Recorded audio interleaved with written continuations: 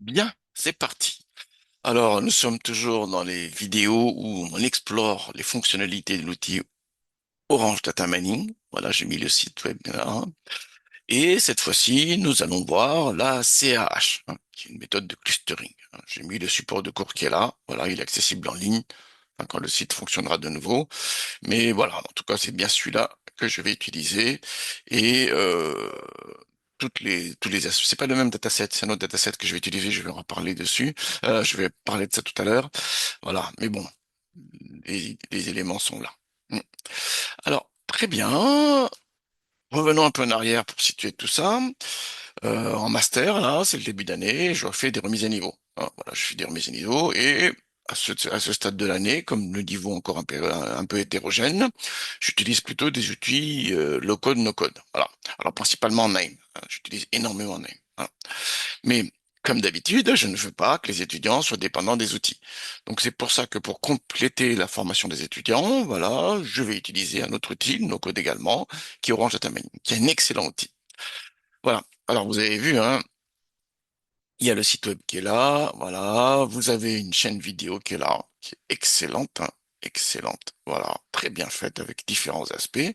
Donc par exemple la CH, vous allez la trouver, hein, je pense ici, il suffit de regarder. Il y a aussi de NLP, hein, du NLP, les méthodes de machine learning, ainsi de suite, ainsi de suite. Voilà, bon, regardez ici. Alors moi pour le coup, voilà, j'ai fait une série de vidéos et notamment en contrepoint de la vidéo d'aujourd'hui. Là, on le voit là, on est le 5 octobre, il est 10h40. En contrepoint de la vidéo d'aujourd'hui, vous pourrez regarder une autre vidéo où cette fois-ci j'étudie les camins, qui est aussi une méthode de clustering. Hein. Bien. Alors, Orange Data Mining, c'est extrêmement marrant parce que en y réfléchissant, hein, d'un coup, en faisant mes séries de vidéos, en étudiant l'outil, ça fait longtemps que je connais, hein, ça fait longtemps, ça fait une vingtaine d'années que je le connais maintenant, et je me suis rappelé d'un coup, en réalité, que j'avais fait un séminaire SFDS à Paris. Hein. Voilà, je suis en région lyonnaise, moi. Hein. J'avais fait un séminaire SFDS où j'avais présenté Tanagra à l'époque. Voilà. Et dans la même session que moi, il y avait un gars de chez Orange Data Mining qui présentait ce logiciel-ci. Voilà. Et je me rappelle même qu'on a bu un café après. Maintenant que j'y pense là, je me rappelle de ça. C'est vers Jussieu. Voilà. Mais bon, c'est un peu lointain, mais maintenant je le vois en train de présenter justement en utilisant les données iris. Voilà, et en montrant justement les aspects interactifs en disant les outils, bah là, ils sont un peu pas très sympas, les outils habituels, et justement avec Orange Data Mining, on a ces aspects interactifs et tout ça. Je me rappelle de ça. Et j'étais dans la salle, c'était très très très amusant. Maintenant, en y repensant, bon, c'était il y a une vingtaine d'années, hein, vers 2005. À l'époque, j'étais à fond dans Tanagra. Voilà. Bon, un peu moins maintenant. Maintenant, ma priorité, c'est le master. Mais c'est mes étudiants. C'est ça ma priorité actuelle. Voilà. Donc, on va essayer de mettre en œuvre un projet de clustering avec la CAH cette fois-ci.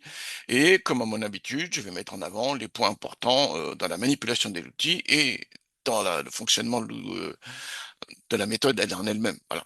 Alors, il y a deux aspects que je vais utiliser. Ce support-ci, voilà, et l'interprétation des classes, où souvent les étudiants sont pas peu attentifs, hein, ça également, c'est ils créent les groupes, voilà, ils font qu'ils sont les groupes, ils sont là, ben voilà, boum, débrouille-toi avec ça, mais non, non, non, une fois que les groupes sont créés, l'autre aspect très important, c'est l'interprétation. Euh, Quelle est la nature de ces groupes, qu'est-ce qui le caractérise, ainsi de suite, c'est super important ça. Voilà.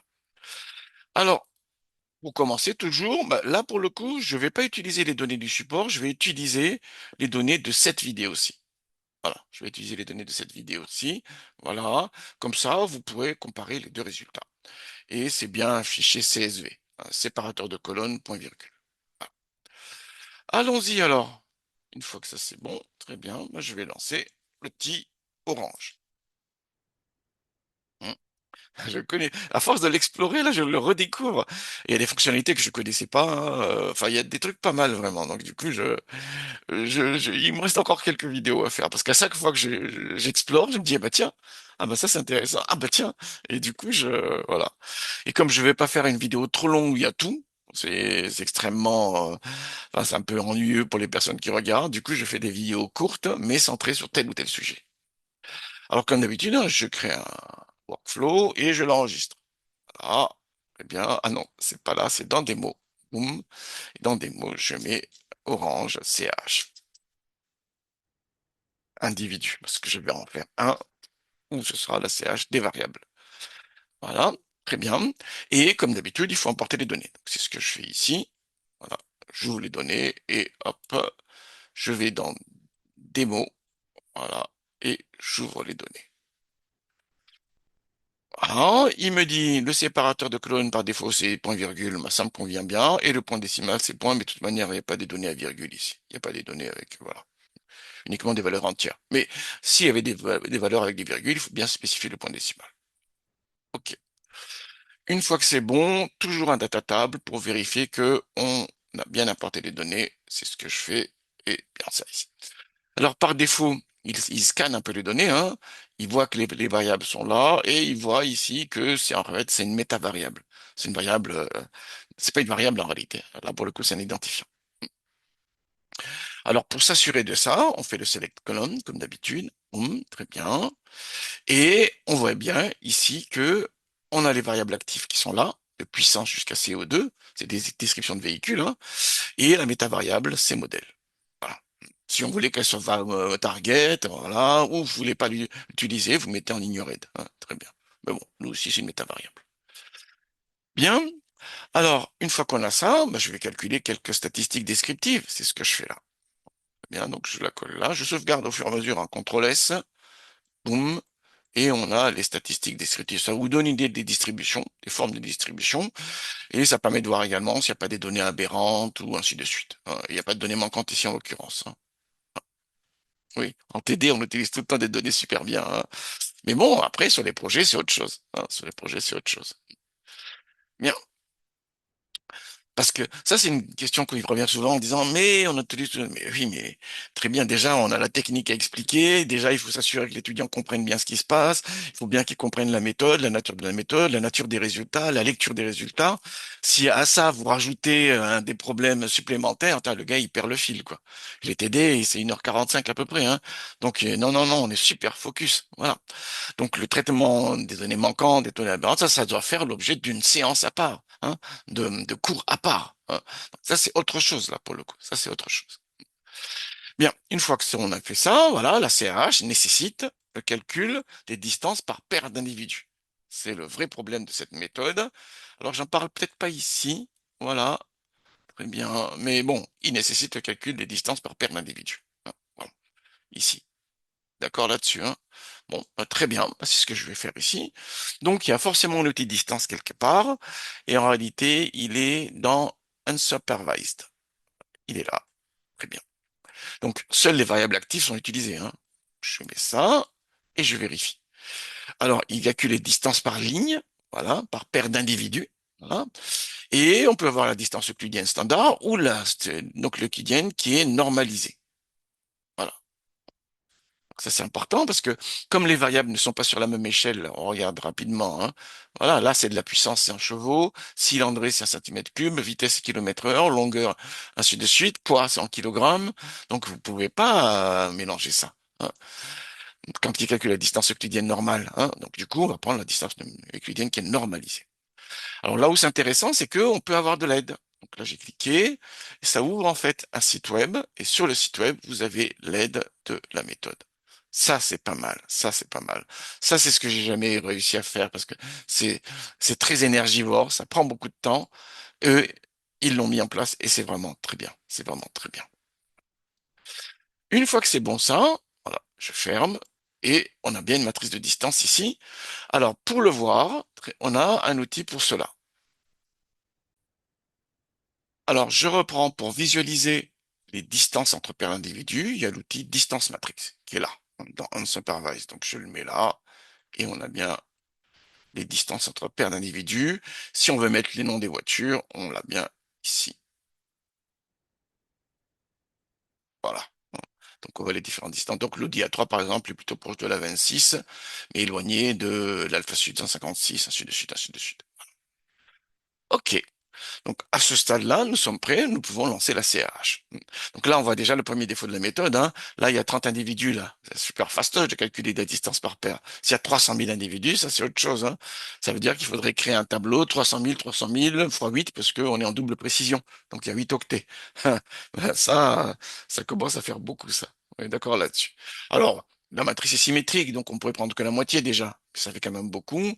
Et peut-être qu'il y a des astuces également de stockage et tout ça, mais bon, hein, la diagonale également est égale à zéro, donc on enlève aussi, mais ça reste un problème. Alors, je peux lancer la CAH, voilà, et je branche, et j'open. Donc, il affiche ici, donc il a utilisé la distance normalisée, hein, voilà, et la notation, soit il n'y a rien, voilà, soit je note avec la métavariable, qui est en fait un label, enfin, voilà. Très bien.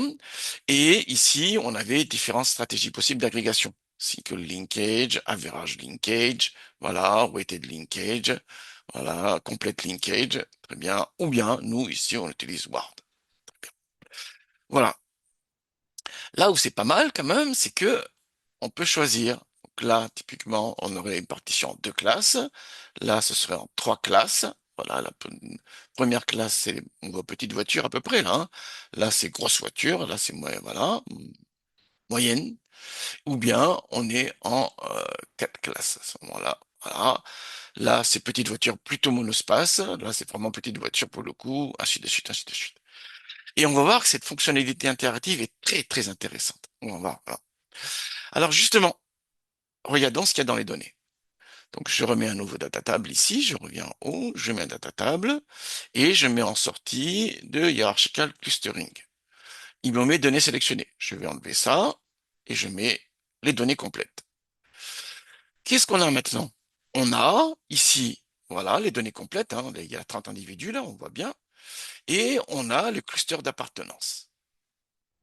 Pas mal ça, hein? On a les modèles qui est là, qui était la métavariable, hein, le label en fait. Voilà, on a les variables qui sont là, et on a le cluster d'appartenance, qui change dynamiquement en fonction de la sélection qu'on fait ici. C'est ça qui est intéressant. Alors justement, si je veux projeter les individus dans le plan, en utilisant une ACP par exemple, pour mieux visualiser les groupes, est-ce que c'est possible? Ben, l'ACP est possible, hein. Elle est là, là, je la prends ici, elle est PCA, elle est où? Elle est là. Voilà. Donc je le mets ici, voilà, et j'utilise les données, voilà. Et il vous dit, très bien, voilà ce qui se passe. Donc, si on prend les trois premiers facteurs, on a 92% de l'information disponible. Si on prend que les deux premiers facteurs, on a 84% de l'information disponible. Et là également, c'est dynamique, en fonction de ce qu'on veut prendre. Bon, moi, deux, ça me suffit amplement ici, hein. Il en faut au moins deux si on veut faire un graphique. Voilà. Sachant que le premier facteur, on avait déjà 70% d'informations disponibles, hein. Si je mets ici, là, voilà, très bien. Mais bon, on va se tenir à deux. Une fois que c'est bon là, regardons de nouveau les données. Voilà, data table, tac, et voilà, boum, je branche ici. Et on a bien la métavariable, le modèle, l'étiquette, voilà, le cluster, et on a les coordonnées factorielles en plus des variables. Bien. Bah, du coup, alors, bah, je mets le graphique factoriel. Alors, la projection des individus dans l'espace factoriel, hein, dans le premier plan factoriel.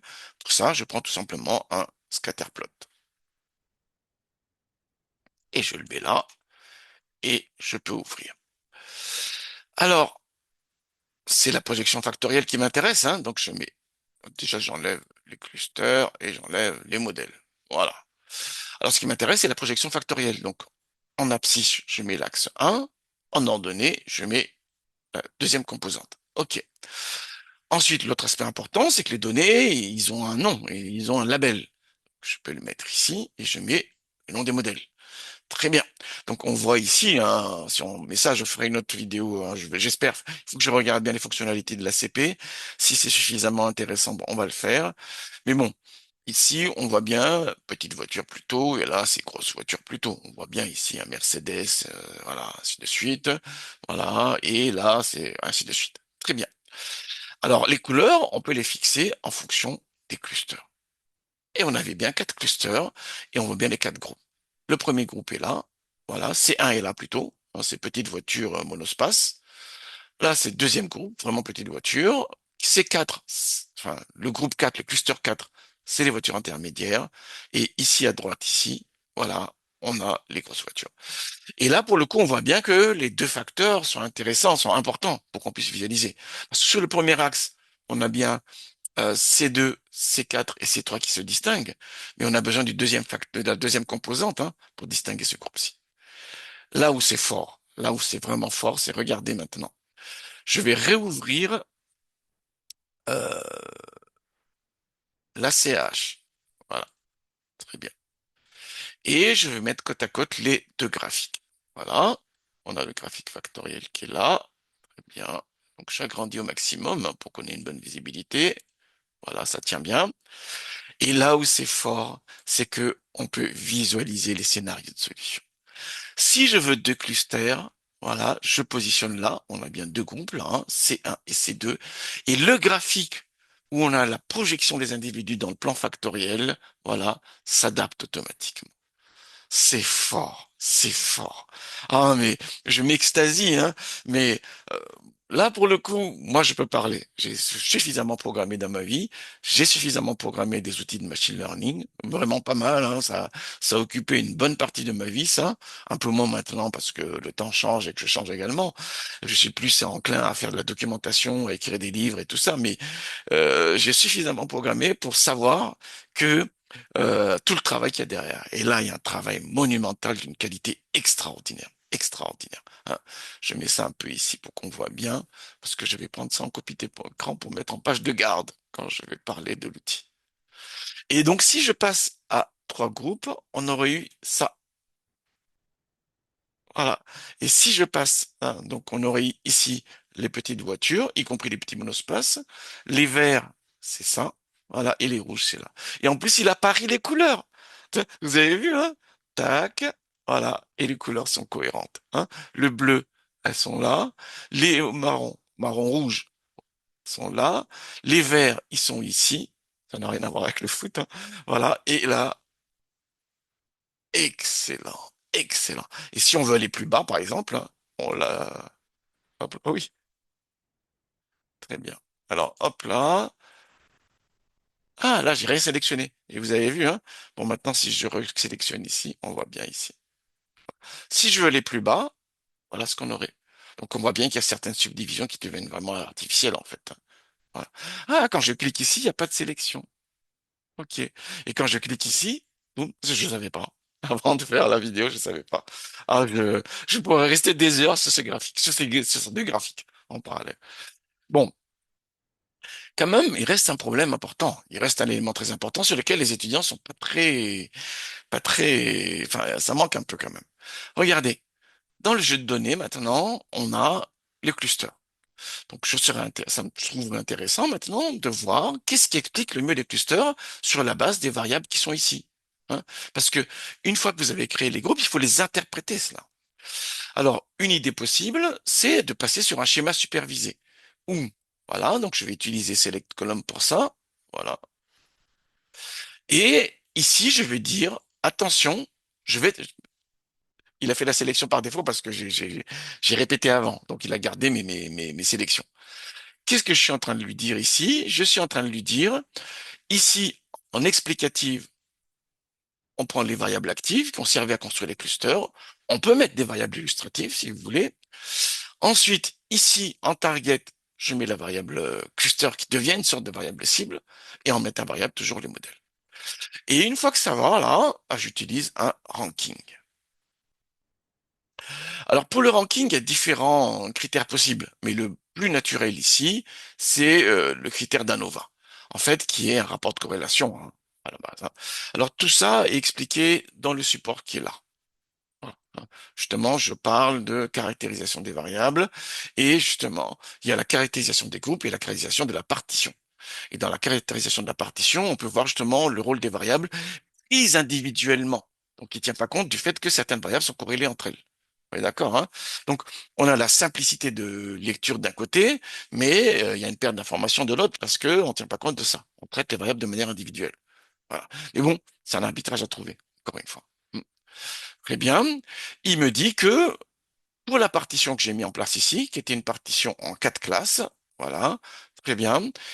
La variable qui joue le plus, c'est cylindrée. La deuxième variable, c'est longueur. Voilà. Alors, une fois qu'on a vu ça, il faut savoir maintenant, cylindrée, OK, mais cluster 1, c'est quoi alors, hein, si je mets le graphique là? Le cluster 1, qu'est-ce qu'il a en termes de cylindrée? Il est comment? Cluster 2 serait comment en cylindrée? Ainsi de suite, parce que il me dit ça, hein, que cylindrée joue beaucoup dans la définition des clusters. Ensuite, c'est longueur. Plus loin, il y a poids, vitesse. Mais après, il faut qu'on puisse interpréter ça, hein. Cluster 1, c'est quoi en termes de cylindrée? C'est des petits moteurs ou gros moteurs? Ainsi de suite, ainsi de suite. C'est là que on utilise tout simplement un scatterplot. Alors, le gros intérêt du scatterplot, il est où? Ah non, c'est pas scatterplot. On va utiliser un boxplot. Voilà.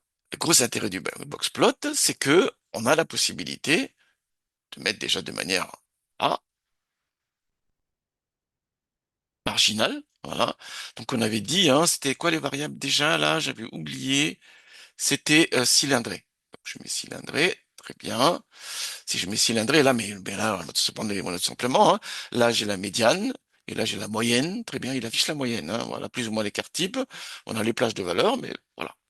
Là où c'est intéressant, c'est que si j'introduis cluster, et je vois maintenant, alors il est où le graphique là? Il est là. Regardez bien, ces deux graphiques ensemble.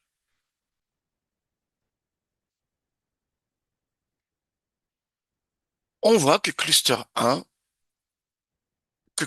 2, c'est les tout petits moteurs. Voilà ce qu'on voit là, hein. C'est ce qu'on est en train de voir là. Cluster 2, c'est les tout petits. Oh, mince. Tac, tac, tac. Il est où mon graphique? Il est là. Voilà, je vais le réduire un peu pour qu'on voit bien les choses. Et on voit ça au-dessus. Je remets. Excusez-moi, hein. Voilà, et je remets ça ici. Alors, cluster 1, c'est les, cluster 2 plutôt, c'est les tout petits moteurs. Cluster 1, c'est petit moteur mais intermédiaire, hein. Cluster 4, qui est là, c'est les moteurs intermédiaires, un peu plus gros cette fois-ci. Et cluster 3, c'est à faire de gros moteurs. Si je prends troisième variable, là, cette fois-ci, hein, donc je vais mettre ici les variables, je ne sais pas où le mettre, je vais le mettre par là. Voilà. Si je prends longueur cette fois-ci, longueur, voilà. Alors, on voit que cluster 2, c'est la variable la plus courte. Cluster 1 peu plus longue. Cluster 4 de longueur intermédiaire. Et les longues voitures, c'est cluster 3. Mais alors là, où c'est vraiment très fort, c'est, regardez, je vais changer le choix de cluster et on va voir le graphique évoluer automatiquement. Les graphiques évoluent automatiquement. Voyons ça. Je prends et je mets à 2. Ya! Vous avez vu, hein? Je suis à 4. On était à 4 et je passe à 2. Voilà.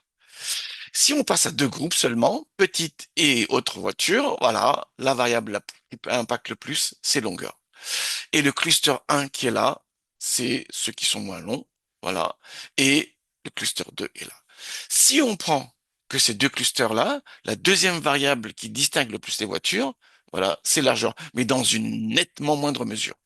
Voilà, et largeur, il est là, et je le prends, ainsi de suite. C'est fort, c'est vraiment très fort, hein. Vraiment,